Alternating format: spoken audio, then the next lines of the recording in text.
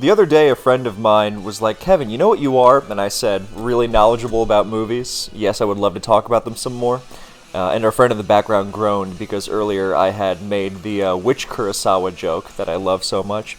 But, friend number one was like, no, you're really girly pop. And I was like, am I hearing that right? Because I'm pretty sure that's what you said. But did you? And she was like, no, you really are. Now, I usually think of myself as a very masculine, macho kind of guy. I'm into things like action movies and, what the fuck do those guys like? Putting oil in their beer. No, I don't do that shit. But, yeah, I thought it was especially funny she was saying this on a day where I was coming up on like a week of not shaving. But I then realized as I was walking through the streets listening to Von Dutch, I am pretty girly pop. So I saw her again today, and I was like, you know what? I've really been thinking about what you were saying. And I think you're right. And she's like, of course I'm right. Yeah, and I was like, today I was listening to Kylie Minogue, and she was like, oh, true, yeah, you are. You're Y2K girly pop. And this was the case for her, not just because I like listening to Kylie Minogue, in between listening to Slayer and, other heavy shit. But she said I was Y2K because I was born before Y2K, at which point she reminded me that her year of birth was 2003, at which point I vomited and ran the hell out of there, and Naruto ran through the streets of Prague, through all of these fucking tourists that are taking up the streets, and you gotta either go fast or make room on the goddamn sidewalk. Anyway, so now I'm home, and I'm here to tell you about skill in Pokemon. Or rather, I'm here to ask you, because true cinema, does not bully the viewer into a single correct response. It asks them to consider and then come to the, yeah, all that, we know. So, lately, I have really been jonesing against the sheet. And for those who don't know what the sheet is, it's a spreadsheet which holds the records of players' performances in team tournaments, which are generally seen as the apex of competitive singles Pokemon. There's nothing wrong with the sheet in and of itself, of course, but it gets... I talked about this recently in a video called Why Competitive Pokemon Players Don't Like Competitive Pokemon, so you can feel free to refer to that if you want the full detail. But basically, there's a subset of very vocal people. I won't even call them players because a lot of them aren't players. They like following the game, they like talking about the game, but they don't play. Even though they sometimes pass themselves off, it doesn't matter. Point being, I don't think that you have to be a player to be able to talk about the game, but the discourse is really awful because it pretty much starts and ends at this guy has this record on the sheet. And it's genuinely, I mean, I don't know if Lynchian is the correct word because Lynchian doesn't account for all surrealism, but it makes me feel like something is horribly, horribly off, but it's out there in plain sight, and in, the cold light of day, I am going, how? And that's what's bringing me to this video, because a lot of people, if you've been around competitive Pokemon discourse in recent years, a lot of people have a very surface-level view of the game. And I kind of got to wondering, I know... okay, maybe monkey see, monkey do is a little mean, but at the same time, what Monkey is seeing and then doing is so fucking stupid and cruel that I don't really feel bad about that comparison. Yeah. So, basically, a lot of people seem to be taking their cue on competitive Pokemon discourse, so-called, on being able to recite a player's record on the sheet, and maybe some other numerical factors, like a player's record against another player, which is all well and good, but, I have nothing against those things in and of themselves. But what stuns me is that a lot of discourse seems to be very, not much more than just this kind of stuff, and it has very little regard for the details of the game itself. And if you know this channel at all, you know I love the details and the nuance, and I don't know how you can. But yeah, you see a lot of game discussions, when a battle is going on, you have to talk about the game. Then you'd think, okay, well, you can't just talk about the numbers in this game. You can't say, oh, well, this guy got Stealth Rock up on turn 12, which is a reflection of his 40-31 record on the sheet. You have to talk about the game itself. But it seems that people have completely lost this ability as well, because a lot of the discussion seems so spectacularly ignorant, and it kind of boggles the mind. I'm like, it stuns me, because I think, well, these people are experienced, they've been around, they know what they're talking about, and then I'm like, do they know what they're talking about? And that's kind of the idea behind not just this video, but something that gets discussed a lot, that you don't necessarily have to know what you're doing to succeed in Pokemon. You can definitely sort of fail upwards in a way, a lot. And this is why I also jones so hard for team building, because that is a major expression of skill. But so here's where we're taking this video, rather than just complaining, why can't people, not be such jackasses and, analyze the game. Well, I assume a lot of people don't know how to analyze the game. They just see surface level stuff. Stealth Rock goes up on turn 3, oh, game over. And I don't know how much of that is just playing it up for the acceptance of the crowd, and how much of it is genuinely thinking that kind of stuff. But given the proclivity of your average human, let alone Pokemon player, to oversimplify things to the point where they become completely incorrect, I'm going to lend some more credence to that possibility. So, when you look at your average tournament game of Pokemon, where both players are invested, playing to win, doing their best, what do you look for? Well, where to start? Well, I won't go into a whole thing on team building, because I've railed on it about it so many times on this channel. You can find it in a million videos, I'm sure. I don't remember which specific ones, but maybe someone in the comments who likes hearing my rants about these things knows which videos in particular I've railed about it. I don't think I've made a video about, just called, build your own teams, you parasites. But as fun as that sounds, I had a dream the other night that I was offered the opportunity to direct Parasite, and I was like, hell yeah. Anyway, so Leech Life is not just a bug-type move, but a way of playing competitive Pokemon. Pokepace players, maybe these phrases are triggering some sort of sleeper agent response in the audience. So, it's not just about team building, although the fact of the matter is that you can be given a team in a tier, and through general Pokemon sense, you can succeed. And if you are not familiar with this phenomenon, you have not been around the tournament scene. And there's nothing wrong with that, obviously. Oh, this fucking guy, he doesn't even know that you can bullshit your way to winning without knowing what you're doing in Pokemon. What a hack. What a chump. Yeah, no, nothing like that. But if I mention this specifically because there are some people who will go to bat for using others as teams in a very strange kind of way. They'll say things like, "Oh, well, you'll never have the kind of advantage that someone who builds their own teams does," and I'll say it was like, well, yes, they do.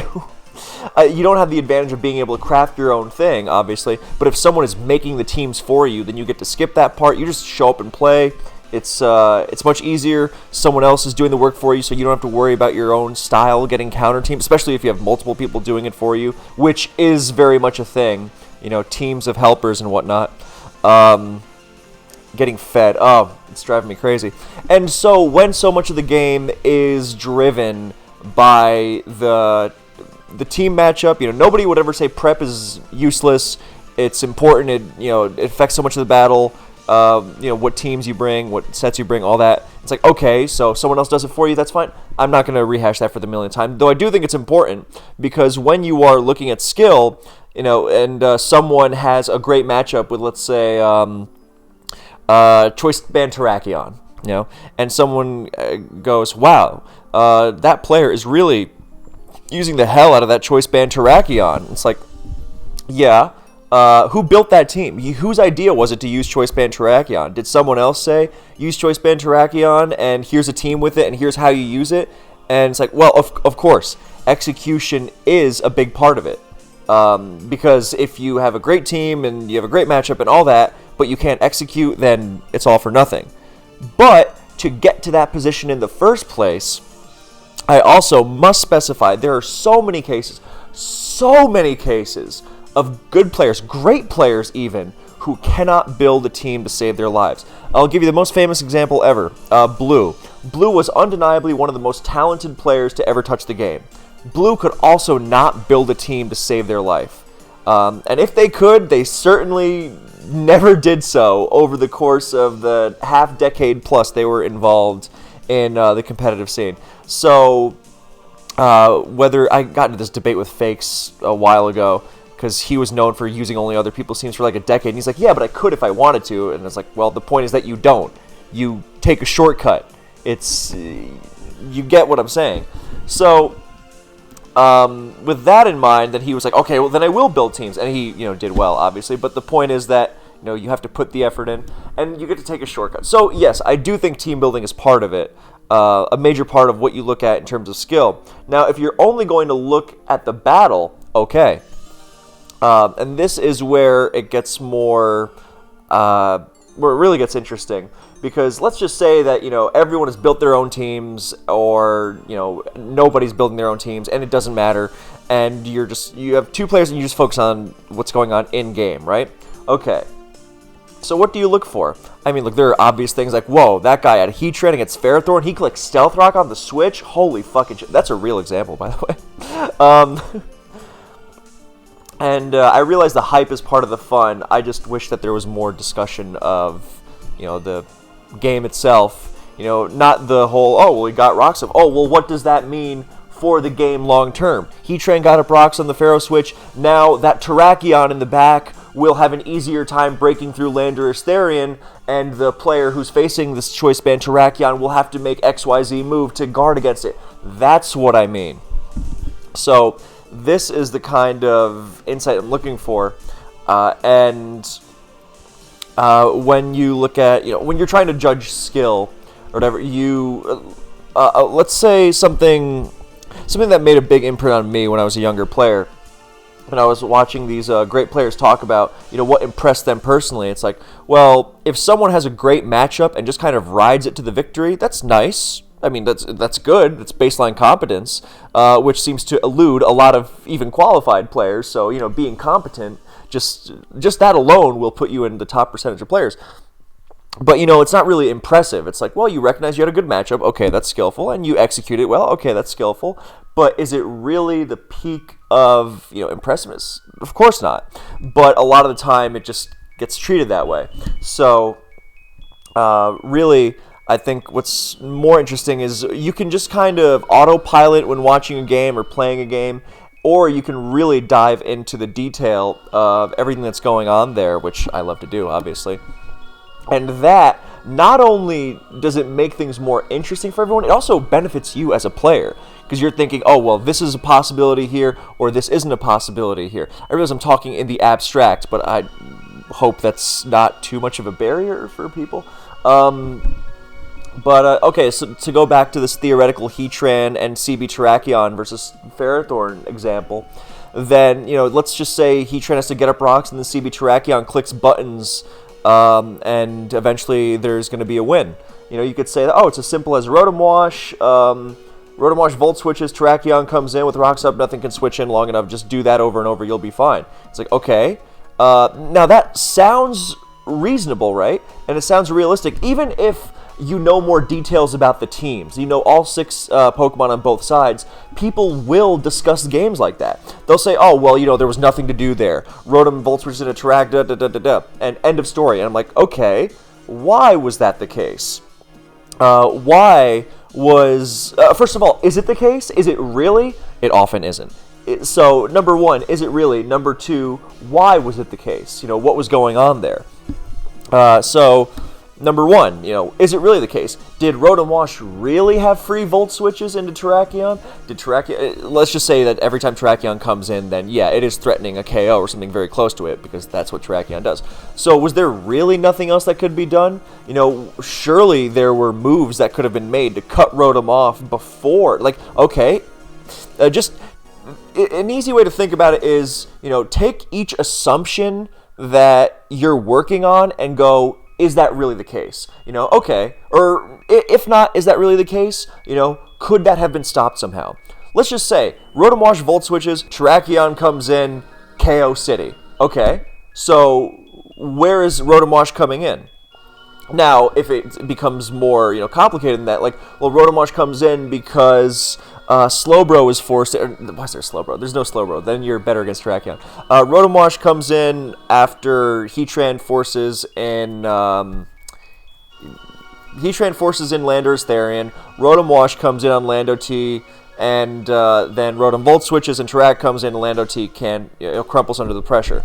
Okay, so let's just say the first time when Lando T gets up Stealth Rock and Rotom Wash comes in, sure.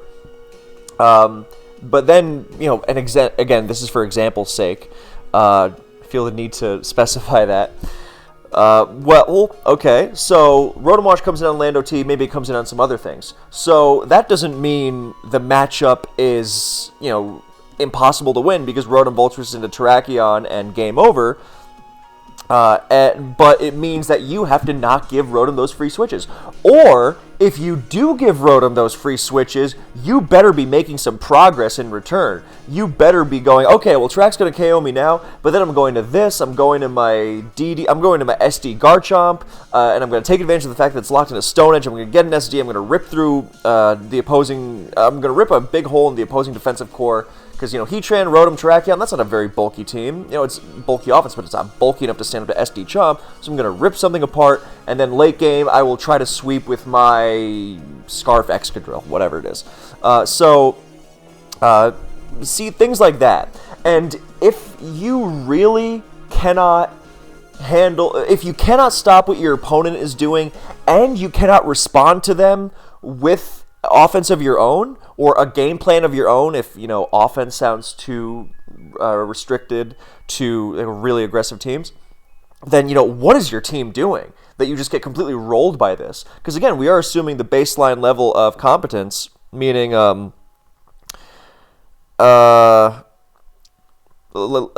Jesus Christ, sorry, meaning that, decent tournament teams. In a tournament setting where, everyone's invested in all that jazz. So, under these conditions, in, most metagames that I'm familiar with, and I'm familiar with a fair few, then I don't know what's going on that, you are completely... Like, a matchup can be rough, sure, but that you're completely helpless to both stop your opponent and to, respond to them. Obviously, there are extreme cases like, that Volcarona set, but again, in the team builder. So then let's just say that you really were helpless, right? Volcarona is a good example for that.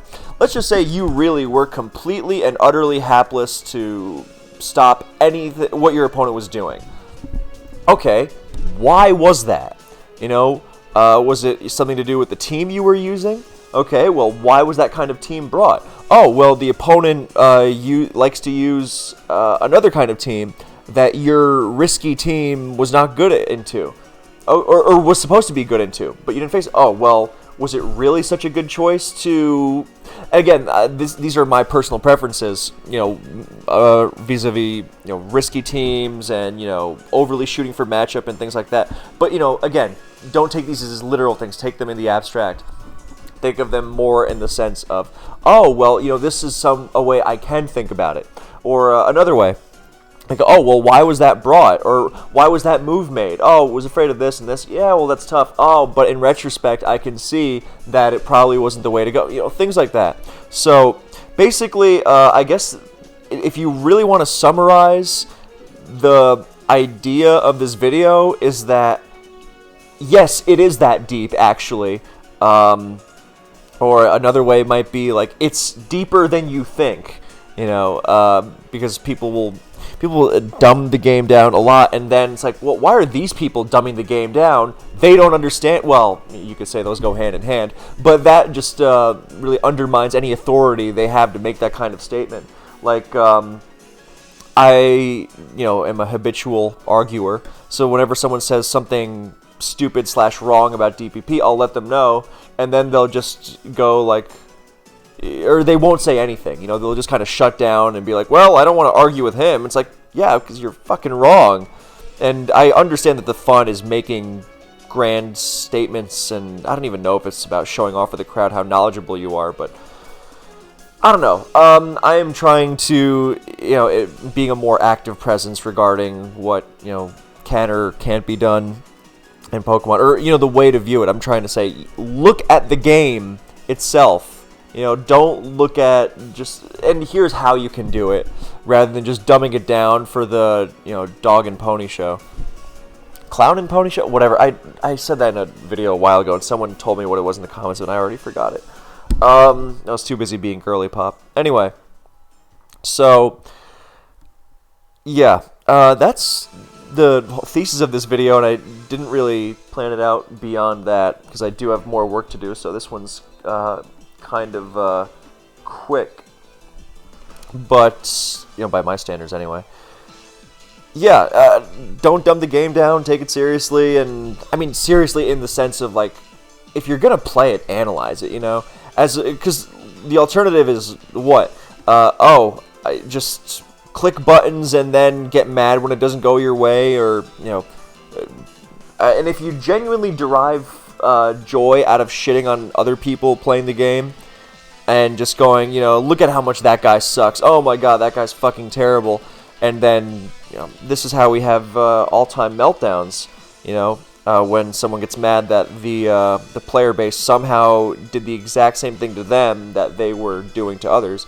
It's fun when you're in the crowd, not so much when you're in the spotlight. So, yeah, you gotta not be such a fucking jacket. I don't know. That's part and parcel of the whole idea. But yeah, I don't know. I mean, who am I to tell you how to enjoy your Pokemoning, right? But I do think it's a shame, because the fun in Pokemon for me is, analyzing it. I don't really get much kick out of going, wasn't that, fun or funny or stupid or whatever it is. I say as Magnezone crits a boosted Magearna. For those not watching, I just put on a tournament game where boosted Magearna was, threatening, and Magnezone just crit it on a crucial turn. Although, if we're going full odds maxing, it could have paralyzed before, it could have crit before. So, yeah, that's another video I have to make, terminal odds maxing. I don't know, I've been thinking about, loftier topics recently. I discussed with my friend, this epidemic of people being, seemingly unable to take anything seriously. And, hiding everything behind a wall of irony. And, I mean, I'm not asking people to, bare their souls and become beacons of vulnerability. But, Jesus Christ, it feels like you can't process any statement that isn't shitting on someone without quotation marks. And I would like that to change somehow. So, I think that's basically everything. I just want to make sure that I'm not forgetting something, because I know it's going to really, really bother me if I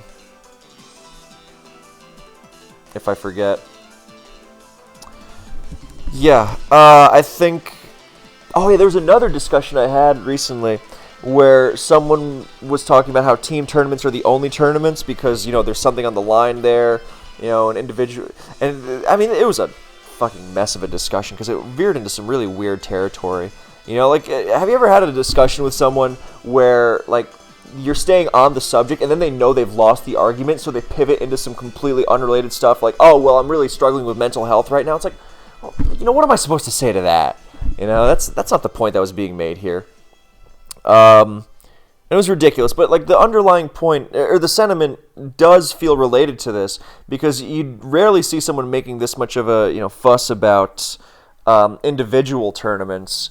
It's because it's all about spectacle and then the iron. And I'm kind of going all over the place here, so I will wrap this up with that. Yeah, I don't know. I got a lot on my mind, and I mean, this is why Pokemon is such a great learning tool, because it's not just these things don't just pop up in Pokemon, obviously. Like a lot of the behavior I've seen, and this is deserving of its own video, obviously, but a lot of the behavior I've seen in the Pokemon world, I mean, then just pops up again like years later, and like, why do you get your kicks out of being a jackass? I mean, that is hardly exclusive to the Pokemon world. Yeah.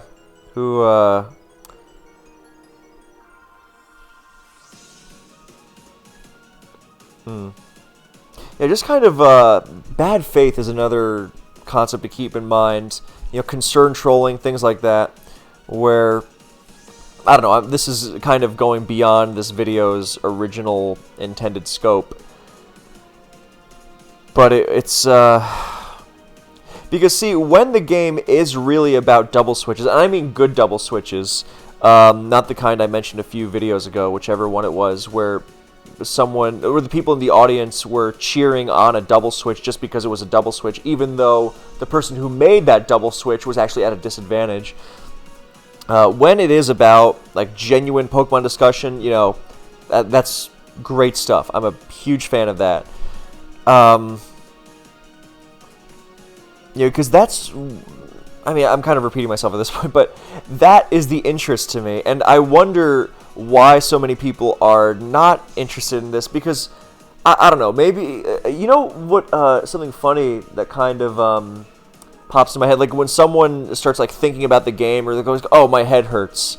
Like, thinking is really like a strain. I've seen so many people say that, like, oh, why'd you make that move? Oh, I don't know, I was thinking about it, but then it was too complicated, my head was hurting, and I realize that Pokemon's not easy, and I wonder if it's not related to this general desire to make everything simple.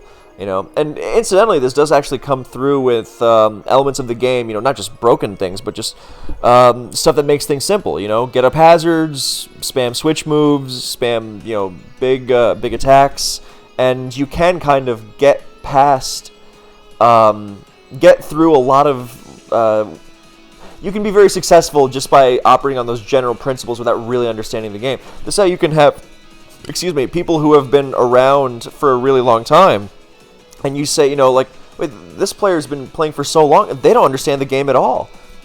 How can, to take it back to Blue for a second, how can Blue be playing at the highest level, absolute highest level, that exists at the time, that exists today? If Blue came back and started playing today, they would still be elite.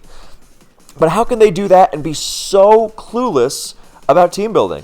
How does it work? It's baffling. But that's, yeah, that's kind of,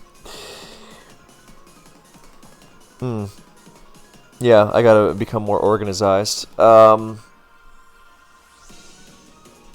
is a reference to a movie. That's not me messing up the pronunciation of organized, for those wondering. Anyway, I think I'll stop there because I really gotta get back to work. My other work, I should say. But yeah, thank you guys for watching / listening. I hope you enjoyed. I hope this gave you something to chew on mentally. And yeah. I feel like I'm leaving something out, and it's really going to bother me if I don't mention it. But you know what? Let's just, I guess, if nothing else, take this video as a desire plea, if you want, or an encouragement, however you want to frame it, to think about the game itself, the interest of the game itself. Because, I mean, I feel like a lot of my video subjects are about this, you know, like, well, someone brought this thing to a tournament because it's, you know, flashy and cool. And it's like, yeah, but, you know, this is a serious tournament that people are taking seriously, and it's like, oh, yeah, but I thought it was the best choice because it was Flash, and I don't know, I would like to go beyond the surface, and I think that's something that should be desired in all areas of life. Okay, I'm really cutting it off there. Thank you, and I'll see you in the next one.